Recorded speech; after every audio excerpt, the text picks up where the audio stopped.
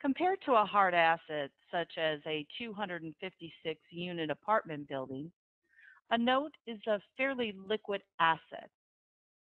Of course, it's not cash, which is why the bank is willing to sell the asset for cash, as it frees up capital and reduces its liabilities, allowing the bank to improve the left-hand side of the balance sheet, improve its liquidity, and reduce the right side liability side of the balance sheet.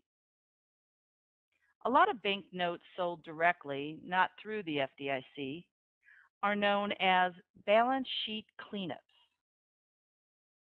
Notes that Notes are loans that the bank has made to individuals, companies, or trusts for investment purposes for a profit. The note is quantifiable and has the ability to be negotiated in a fairly intelligent manner. They are also very discountable, and that's the language of the bank. Bidding for the notes takes on a form of a discount of the UPB, which is the unpaid principal balance. Because the bank or the FDIC wants to liquidate the note, neither the note nor the FDIC neither the bank nor the FDIC are interested at this time in financing the successful bidder, which means that this is a cash game. Remember, the bank and the FDIC are trying to clean up their balance sheet and not to add to the liability side of the balance sheet. The FDIC, although interested in securing the highest possible price for the note, needs to move them through the system, as there is a large backlog of notes for sale.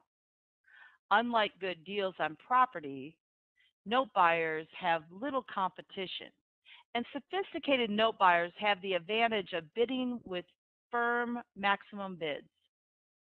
Notes are typically a common investment vehicle for most savvy investors, so the pool of potential note buyers is rather slim. As in self-storage, when you own a note, you are the bank, and there are no tenants, toilets, and management to contend with. The sale and purchase of notes follow a process mentality, and so once you've got the cash, access to the note, the due diligence, bid guidance, maximum bid performance, bidding oversight, and workout strategy, you have a high likelihood of purchasing the note. FDIC performing and non-performing notes. Performing notes can be held at both performing and non-performing banks. A non-performing bank is one that is given a need to improve or a substantial non-compliance rating by the FDIC. In general, a performing note has a positive cash flow at the unpaid principal balance and has enough NOI to manage the debt and continue to run the operation successfully. So why would a bank that is performing at an outstanding or satisfactory level want to sell its performing notes to a bidder through one of the 5 loan service advisors? Well, it could be for a number of different reasons. But one reason may be that the 5-year ARM is up next year, and they won't or can't renew the financing due to the changes in the regulations by the government on new mortgages. Or it could be that the bank is looking to reduce its risk profile by eliminating the lower performing loans in its portfolio.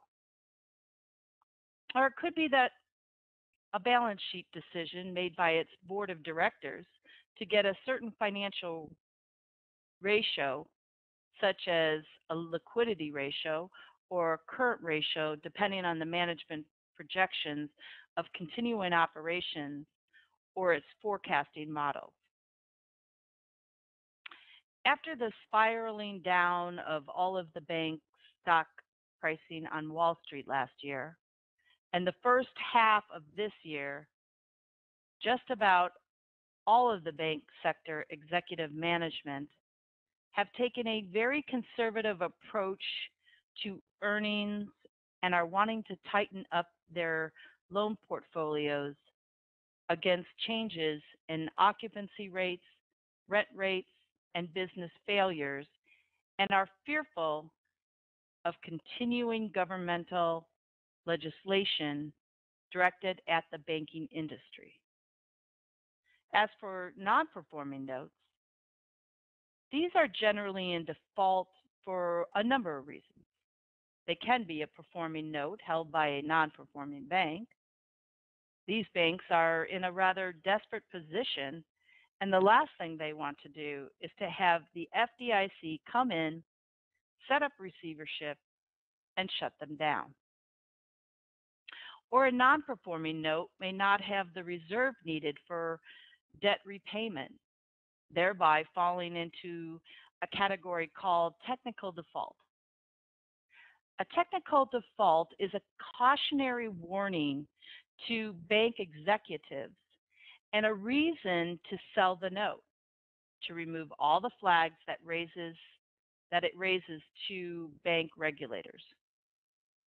A good example of a technical default is one in which the debt coverage ratio is less than the required 1.2. NOI must equal 120% of the debt repayment principal plus interest. Also, who knows what the real value of property is in today's market? Better yet, where will it be in tomorrow's market? Valuation has been very tricky. And so almost all of the newest facilities, those built and financed in the last 3 years, have appraised values significantly less than the unpaid principal balance. Another situation that I have seen is that many of the newest facilities, those that are nearing or are close to the end of their construction phase, are unable to get permanent financing from their bank or even the banking industry. Without permanent financing, the construction financing is due to be paid back completely upon finishing the construction. Normally, a certificate of occupancy is the final state of construction, and permanent financing must be secured at that time. With the changes in financing and the lack of credit markets to absorb new financing, many projects in the construction financing phases cannot qualify for permanent financing.